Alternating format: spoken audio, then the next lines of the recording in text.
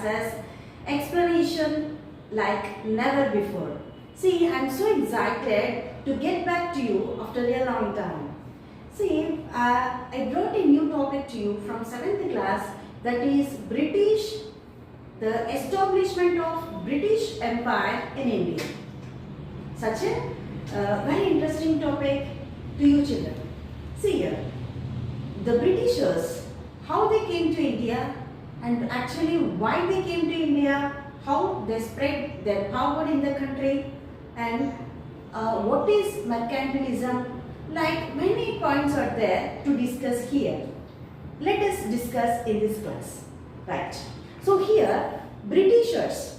I would like to show where actually Britishers came from. So Britishers. Are you seeing the country? A small country which belongs to Europe. This is England. So from here, Britishers came to India. Right. So before discussing all these points, I would like to say the end part of Mughal Empire. The strong, very powerful Mughal emperor was Aurangzeb. Very powerful person. So he was died in 1707. 1707. So until Aurangzeb's death, he controlled all these foreign powers to enter to the country.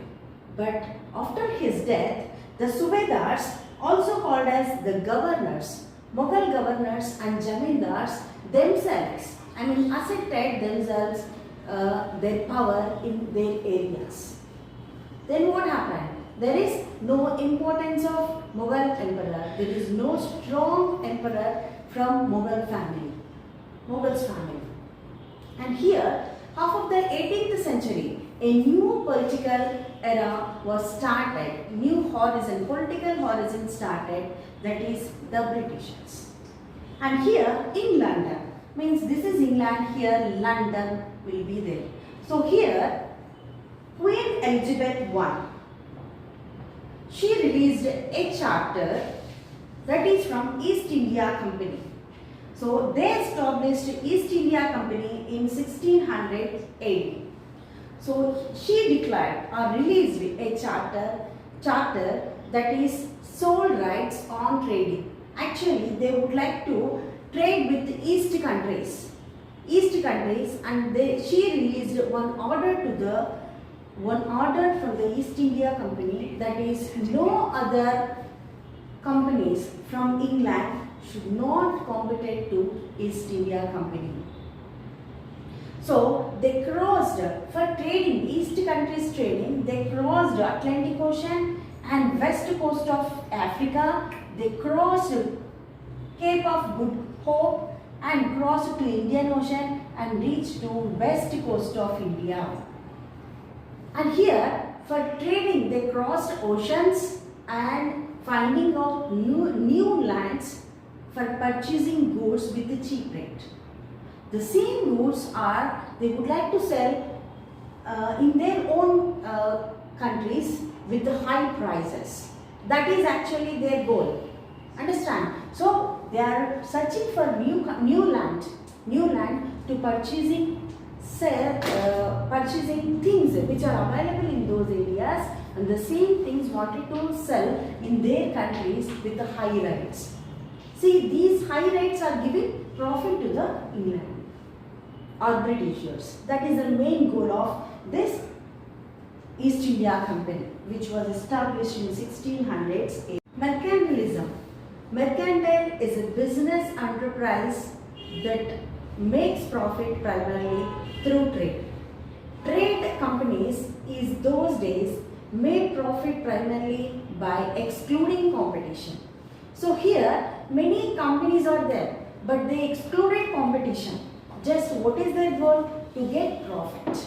That is only goal among the companies. So European companies, they could buy cheap rate all the goods which are available in those areas, purchasing with the cheap rates, and the same things are get back to the England and selling with the high cost. So that is why the Royal Charter, however, could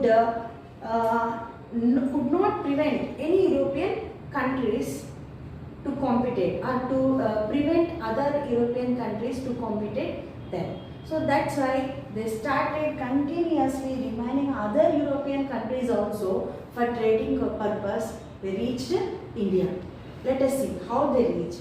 So when they started their journey for trading purpose, they started their journey from England to India. They reached west coast of India.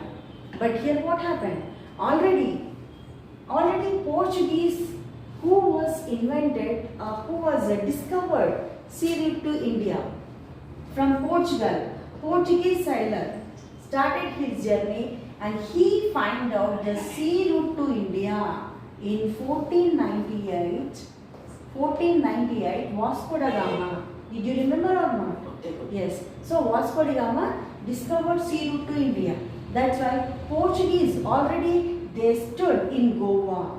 They installed their trading center in Goa in India.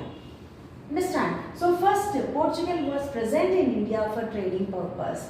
Later Britishers reached to west coastal and they started their trading from Surat, which is near to Gujarat.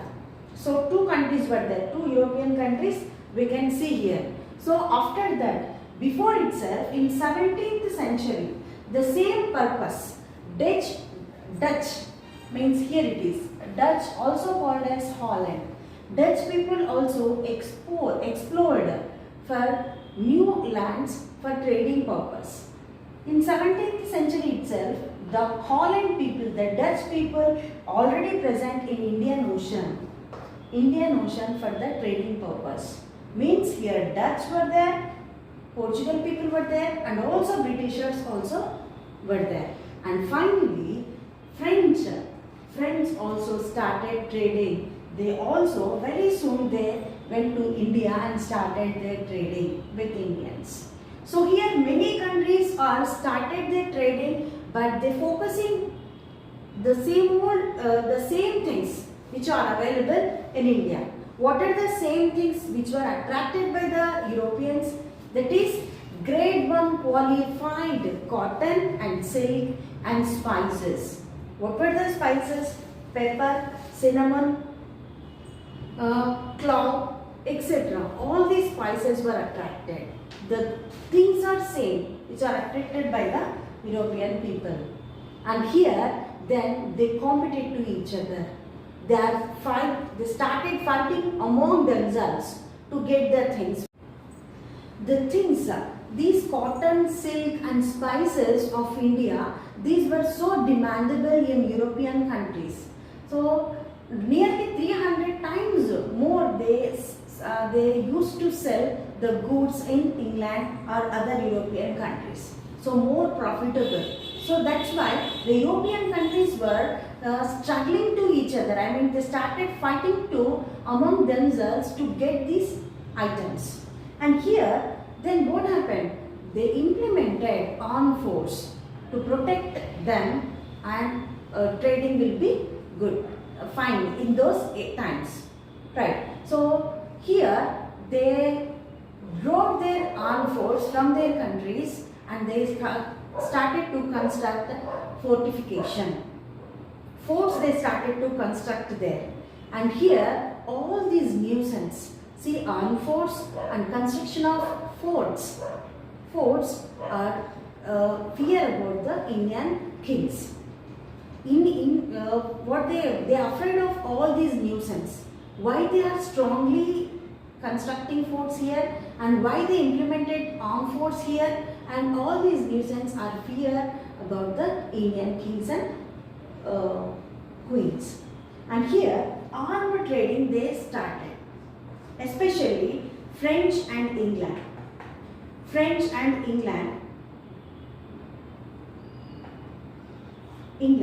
They started armed trading. They implemented from their country's armed force to India, and with the help of armed force they used to start the trade. Along with that, they constructed very strong forts for their trade. And all these needed much money. How could they gain all these money? So this is nothing but the European countries are implemented their colonies worldwide. Worldwide they implemented colonies. From there they are gaining economical support, and the same amount is investing for the trading and keeping amount on the armed force as well as construction of force. See, let us see the European countries where they implemented their colonies. So North America, South America, Africa and even Asia. So Asia is nothing but one of the countries, India. So here all over they started their colonies, they implemented their colonies. From there they are gaining huge amount. The same amount is investing on the armed people as well as the construction of trade. And here they become very stronger. So everything, all these things were observed by the Indian kings. So India is here, are you able to see? So this is India. Here Indian kings were observing all these things, and they realized what is the actual nature, original nature of Britishers, and how they capturing Indian resources and sending to their countries. So slowly they become very stronger. Britishers and other foreigners like French people very stronger in our country. So that thing were observed by the Indian kings. As long as Mughal Empire was strong, it had not been possible for the European companies to establish their own military powers in India. In fact, Mughal emperors like Shah Jahan and Aurangzeb, they number of times they resist, they defeat the British military in many occasions. So after many years, the death of Aurangzeb in 1707, slowly they started, means the zamindars or subordinates, they started to declare themselves as independent areas. For example, our Bengal and even Hyderabad kingdoms, they became independent, but nominally they took the authority of Delhi. Once the Mughal Empire broken into pieces, it's a chance got by the Britishers to assert their powers in India. So slowly they are giving support to the Indian kings to interfere in their kingdoms. Once the Mughal Empire broken into pieces, Britishers got a chance to involve or interfere in the kingdoms. They giving support to the small nawabs and kings, and they wanted to strengthen their armed forces by helping them. For example, here Arcot, are you seeing that area? So here south side, north side of Tamil Nadu, a small kingdom was there, that is Arcot, Karnataka. It is also used to called as Karnataka. The head of, the Nawab of this Arcot was Nawab Anwaruddin Khan in 1764. So to occupy this, the French company, so I already said here, Britishers, French and Portuguese as well as Holland people were present in India and around the India. Right. So Goa, Portuguese were present, Surat, Britishers are present. Britishers already entered the country, they slowly captured the Indian territories very slowly. Right. And here French people, Puducherry or Pondicherry, here French people were captured this area. And this side French people wanted to capture the Indian territory slowly. Right. So British companies established British or English East India Company, and French people started French East India Company. I already told about that. And here French people already present in Pondicherry area. They wanted to capture that area. So they attacked Arcot Kingdom on Anwaruddin Khan. So here 3 wars were over there between them. Karnataka War 1, Karnataka War 2 and Karnataka War 3. So continuously 3 wars wars over there between them. Finally, in 1764, the French company was won in the war, and Anwaruddin Khan was defeated by the French company. Finally, he captured this area. Right. So slowly they involving the matters of kingdoms and giving support to the kings on the name of supporting to the kings. Slowly they are capturing Indian territories. This is one example how they captured the kingdom of the India. By this victory, French company felt that so from then itself they can do whatever they wanted to do in the country, and freely they can move and they can capture whatever they needed. But here what happened? The armed force of French people are British people, and Indian armies are different from each other. The European armies were very strong and they trained up specially, and they used to take continuous salaries and every day drilling, as well as the training are given in proper way. Whereas Indian armies were not so trained up properly. So that is why it is one of the cause to defeat by the French people of Anwaruddin Khan in 1764. So day by day growing their interference, British interference in the kingdom of India. So one more example they given in our lesson, that is the Deccan, Nizam of Deccan. Did you get my point? So here two groups were there. For example, I am saying, so the Britishers are giving support to the one king, and they are standing along with one king, giving support them, and they fight to each other. When a king taking the support of Britishers, definitely that kingdom will be won in the war. So that means for that help, the Indian king have to pay huge amounts of money to the British army, as well as some land also. Did you get my point? Like that, the Britishers are slowly interfering Indian politics as well as Indian kingdoms. They are giving support one side of the kings.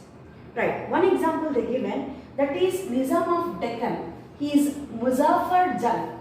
Muzaffar Jung, he was a Nizam of Deccan. He wanted to capture Hyderabad here. So the French government, then the governor of French company was Dupleix. The governor of French company, Dupleix. He was a governor, and he gave the support to Muzaffar Jung to capture Hyderabad. So finally what happened? With the support of French company, Muzaffar Jung was won in the war. Finally, with the sake of, the help, instead of the help, Muzaffar Jung had to pay 50,000 rupees to the company, and 50,000 for the armed troop, and 20 lakhs rupees for French company, and 1 lakh rupees worth the land every year. Jagir is nothing but land. 1 lakh worthful land have to give to the French government for every year. These have to pay in the form of gift to the French government. So like that, every day by day, these companies, French companies as well as English companies are strengthened day by day. So now what happened? English East India Company is dominating to French company. Now English East India Company entered to the scene. Now it is slowly captured the Indian territories by giving the support of Indian kings. So finally what happened?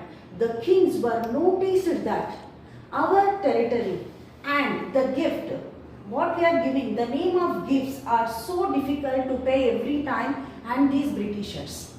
And here Britishers are giving support. Rather than giving support, they are what we can say, they are ruling the people. They are controlling the kings, not giving support them, they are controlling the kings. So that thing noticed by the Indian kings. Misuse of company's power. For example, the traders which are related to the British company or French company. Here we have to take English East Indian Company because it is dominating to other companies, right? So here the workers or traders of East India Company on the name of company, actually what they had to take separate trading purpose because they should pay tax to the government. But what they are doing, their personal trading also doing by the name of company. Whatever they are doing their personal work, that work also did by the name of company. So slowly what happened, they need not to pay any tax to the company. So like that they misused the company's authority. So that what happened, the employees gained more and more along with the company also. So for example, Jagat Seth actually Indian traders, these were Jagat Seth and Chetty Nair. These were the Indian traders actually. And what the people did, they also did trading, but they given we are the related to English East Indian Company. We are working under East Indian Company. So what it means? It means they need not to pay any tax to the government. So like that, many people, many traders did not pay any tax to the government, whatever under kings, and they did not pay any tax to the even English East Indian companies also. Right. So these companies slowly they gain territory. I already said. So Pondicherry and the Machilipatnam, the territories of Pondicherry area and Machilipatnam coastal areas are covered by the French company. I already said. So these areas they started to collect the taxes from the people. Whenever they are opposed to pay the tax, means unjustifiably they used to collect the taxes. More than the tax they used to collect from the people.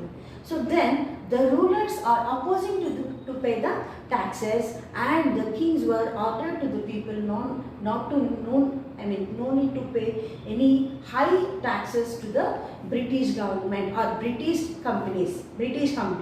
Then what happened? These English East Indian companies are even they came brought down from the throne even the king. They appointed new king instead of the old king. So they became so powerful. Even that also happened in Indian history. The British imposed their rule. Britishers slowly thought that slowly they can start their ruling by themselves. So they started to removing Indian kings and nawabs day by day. Those who are opposing them. Suppose they accept their authority, freely they can rule. But even though under the control of Britishers. So here 1757, Nawab of Bengal, here Bengal is there. Very big state in that time. So Bengal, Nawab Bengal, Siraj-ud-Dawla, Bengal Nawab. He was, so this is Bengal, which is a very big state in those times. So Bengal ruled by Siraj-ud-Dawla. He was Nawab of Bengal. So here they focused on this big state because it's a big state. Once they captured that area, it is easy to capture remaining small and big states by their thought. Who's that? Britishers thought. So slowly he attacked on Bengal to capture them. So here 1757 Battle of Plassey. The Plassey, it's a place actually. Plassey is a place which is present in Bengal. Then they fight with the Bengal Nawab Siraj-ud-Dawla. So finally 1757 Siraj-ud-Dawla was defeated by the East India Company. So he captured Bengal. It's a big state, I already told you. Second thing, Nizam of Deccan. Nizam Nawab, they forced even Nizam Nawab to hand over the areas, Sarkars. These coastal areas, coastal Andhra, these areas are called as Sarkars. To hand over these Sarkar areas, Sarkar of AP. Understand? So as we know, the long coastal area have Andhra Pradesh. So complete this area have to hand over by the Britishers. So slowly big and small kingdoms and areas they captured by the Britishers. Here I would like to show few maps how they captured. This is 1770 AD. Are you seeing the map properly? Is it completely focusing or not? Yes. So red color is showing this area is not under Britishers. Means this completely Indian kings and queens area.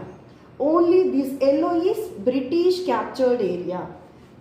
Then come to the next map. This is 1830 map. So the same. Yellow area is representing British. Yellow area is representing British covered area and remaining is Indian kings and queens were ruled. But finally what happened? 1857. At the time of 1857, nearly 80% of Indian countries were captured by the Britishers. Did you get my point or not? So here many Rajas and Nawabs British fought handover, including Hyder Ali, Mysore. I will explain by showing the board. Right. Some small kingdoms like Hyder Ali and Tipu Sultan from Mysore, Sardar Mahazee from Maharashtra, and Nana Padmanis and others were fought against the Britishers many times. But all these kings belongs to very small countries, small kingdoms. But here, most probably large areas were captured by the Britishers, and few areas which are ruled by Nawabs or kings, those were under control of Britishers. They suffered it, but under control of Britishers. So slowly what happened? An English official, also called as a resident, stay back in their courts, Nawab courts, to focus on Nawabs or kings ruling. Some kings were escaped from these Britishers silently, so that they appointed some officials in their kingdom to focus, to kept an eye on the kings or queen ruling. So discontent of British rule. Many communities in India was opposing British rule. For example, the royal families, many royal families who lost their kingdoms by the Britishers, they were opposed the Britishers. They are ready to attack on them. And farmers and landowners who were suffered a lot by the paying of huge tax than their crop, they were suffered a lot because of Britishers. Tribal people, even those who are living in a forest region, even they also struggled a lot by the Britishers. They captured the forest region and they vacated from the land, and even they collected taxes, forcefully collected taxes from the tribal people. Next, come to the Hindus and Muslims. These community people were afraid, scared about their religion feelings, or feelings are destroyed by the Britishers. How they wanted to implement their Christianity or preserably take the Christianity by the Indian guys. So here and there they used to apply the Christianity on Indian guys, so that the Hindus and Muslims also they feared about their religion beliefs. Next, here royal families. Under royal families, Nana Sahib, Jhansi Lakshmi Bai from Jhansi, and Tantia Tope and other people are ready to fight against Britishers, which are common enemy to all these community people. So finally, 1857, all these group of people, maximum 80-85% of North Indians are opposed to the British rule, and they wanted to attack on Britishers. So here 1957, the Sipahis or soldiers were attacked on British government.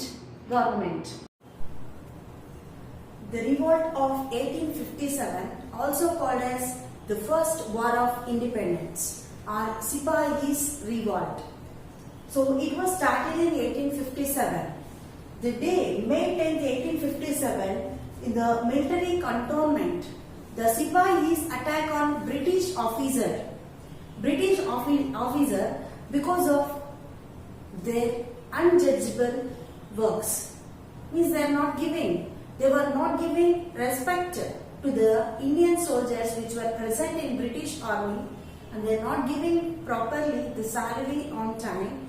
And one important issue, that is, they suspected that they introduced new cartridges in army or in cantonment, which is covered with cow and pig fat, which is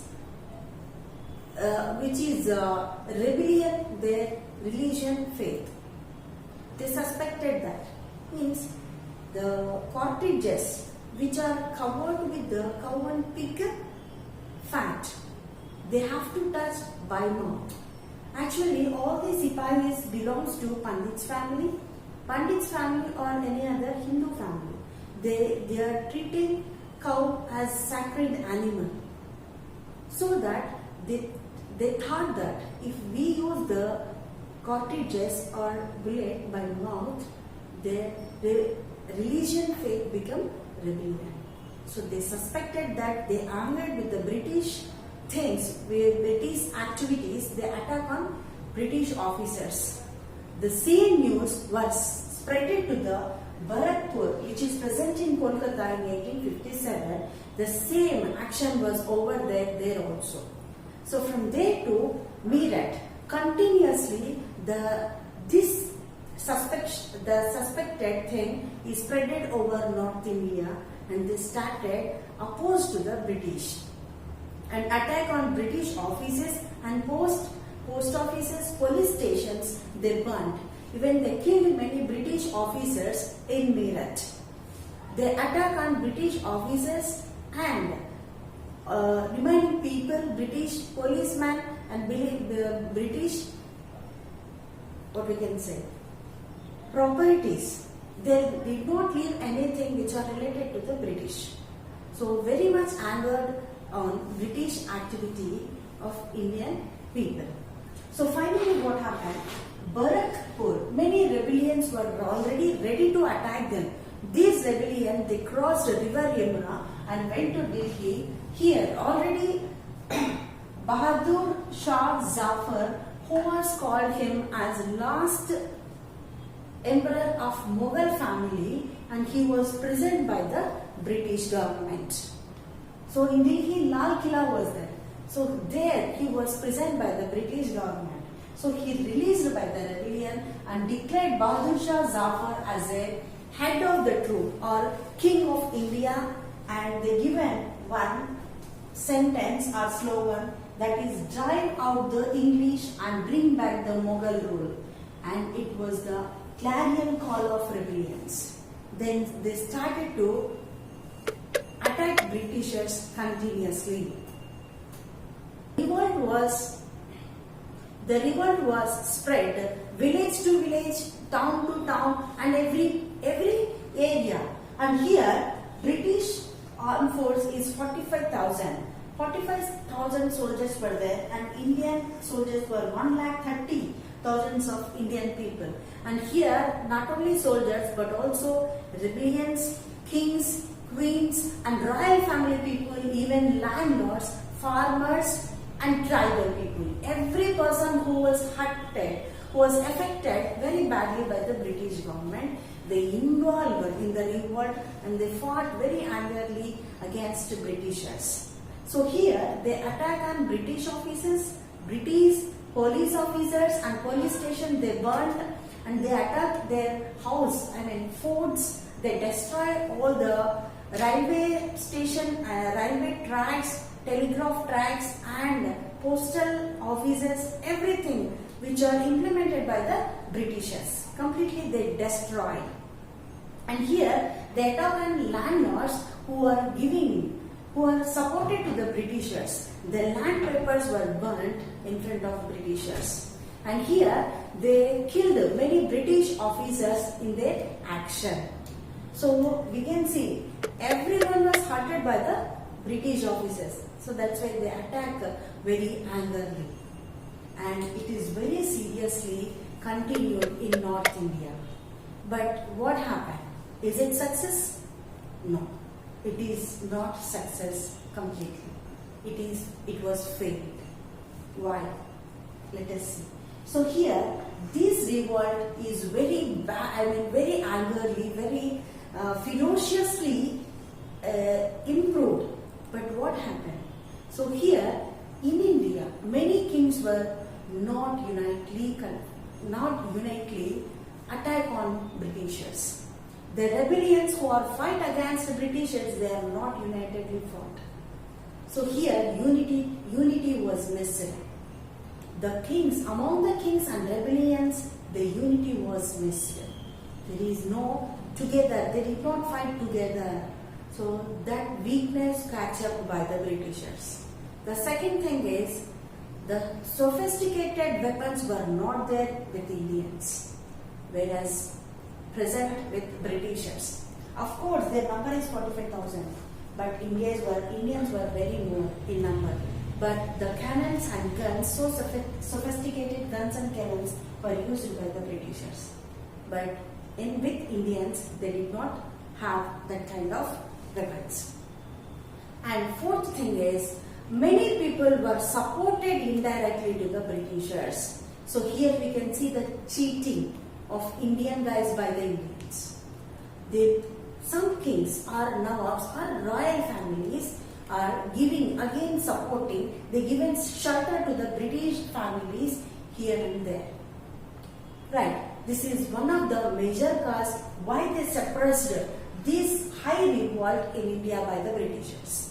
So slowly, the revolt of 1857 was suppressed by the Britishers. But it is not possible in very soon. They took nearly 1 year time to suppress it, because everywhere they attacked. So they took much time to suppress this activity in India. And here, who declared as their Nawab, Bahadur Shah Zafar as their Nawab, here they arrested again by the British government and sent him to the Rambur, which is far away from the country. Again they prisoned until he was died and he was in prison. Next, one more thing they did. They have to get back their authority. They have to get back their cruelty in front of Indian guys. So that's why many people were hanged in the middle of the village, so that the people, the tribal people as well as village people, they afraid of that activity, so that they not to continue the same thing again and again. So they hanged many people in the middle of the villages. That kind of activities done by the British government. So finally, the consequences were changed after 1857 revolt. What were they changed? They observed that, British government were observed that if they continued the same activity on Indians, definitely one fine day we have to out from the country.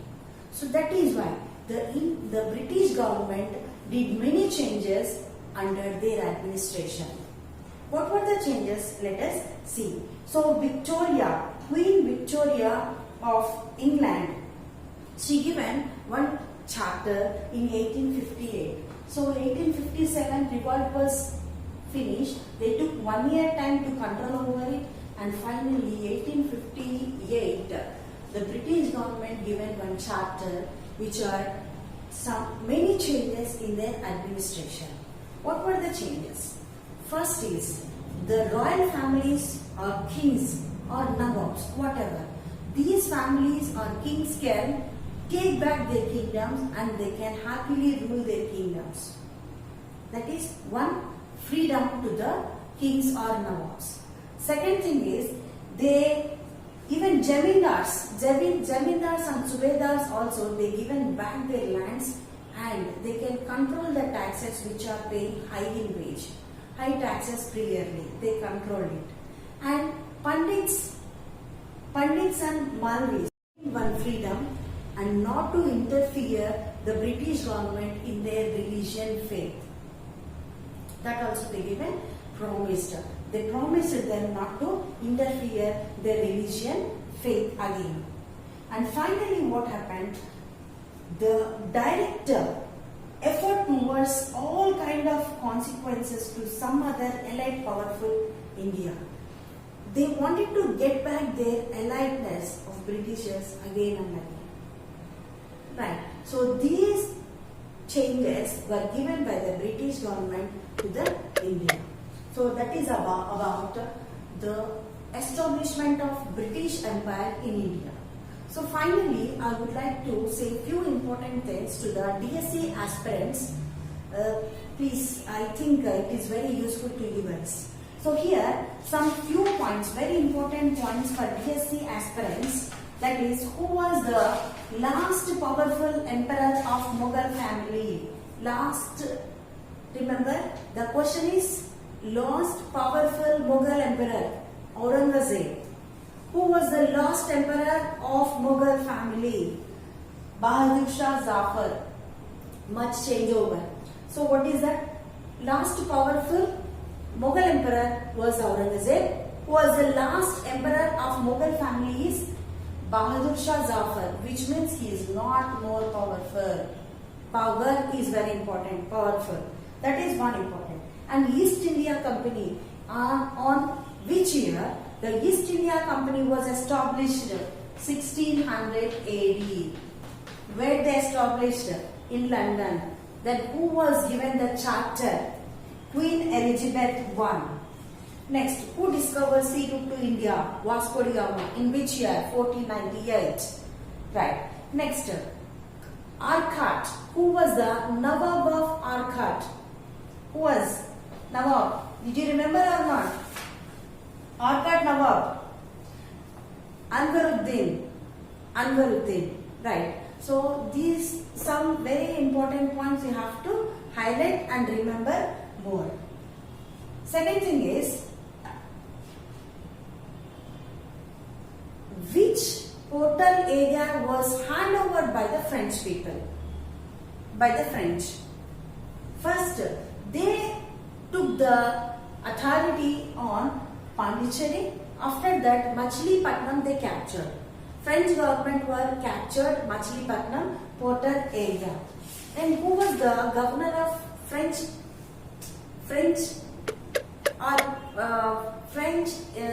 East India Company?